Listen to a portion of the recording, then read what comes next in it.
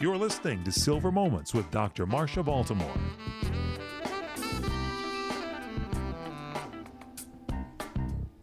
This is Dr.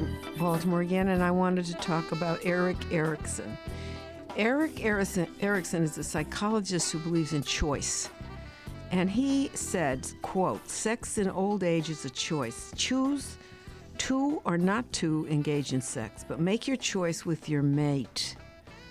If the choice is yes, the union of you both will offer excitement, affection, esteem, loyalty, desire to be alive, and challenge to grow in a new direction." Now, what you have to do is remember, ladies, that you have a choice.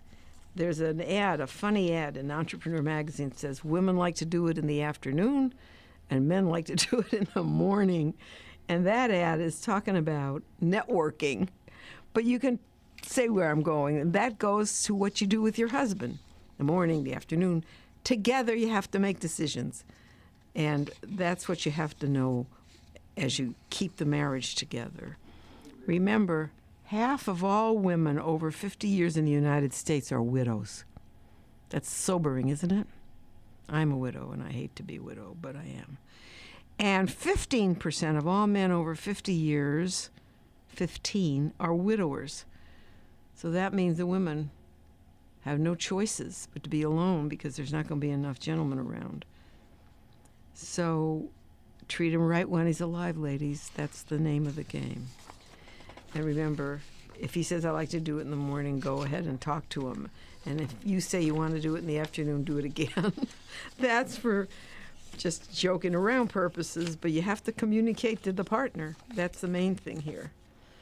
Now, I have some other information still from the book by,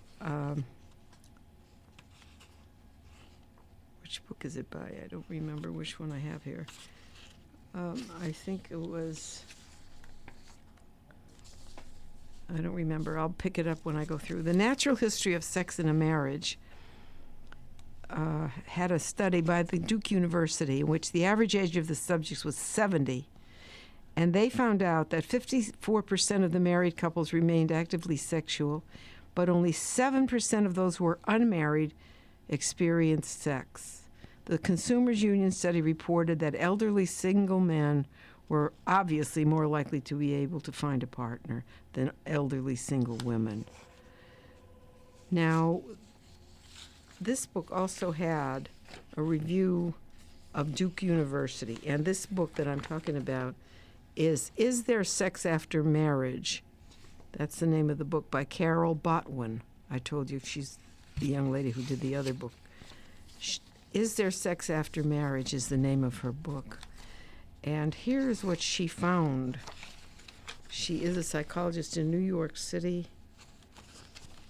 And I'm looking, it's Little Brown, Toronto, Canada, in 1985, simultaneously to Boston, Massachusetts publication, Little Brown, Is There Sex After Marriage?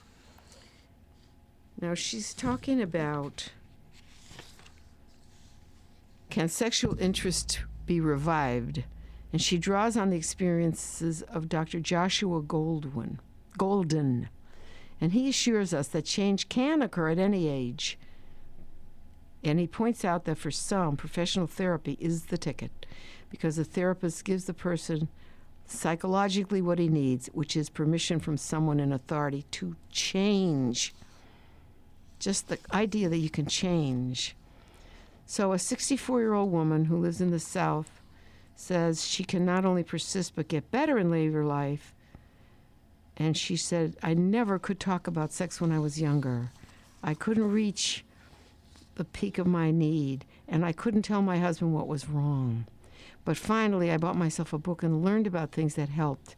And at the age of 60, I was discussing it with my husband, and he and I had a wonderful relation in which he was more eager than ever to oblige me, and I am enjoying sex with him now more than I did when I was younger." So you can go to a sexual enhancement counselor, a sex clinic or whatever for elderly people at large universities or medical centers and get help. In Duke University, a gentleman named Dr. Eric Pfeiffer discussed sexuality in the aging person and reviewed all data on the subject. This is also in the same book, Sex After Marriage. And he summed up how a person can best prepare. He says, quote, successful aging persons are those who have made a decision to stay in training. That's how he describes it, in major areas of their lives. Now, I know about that about swimming. I'm a California Olympic champion for the Senior Olympics. I have just won 2 more gold medals. And I stay in training to swim. So you want to stay in training for your husband? You have to stay in training. And tell him about it. You want to stay in training for your wife? Tell her about it. And have her help you, have him help you.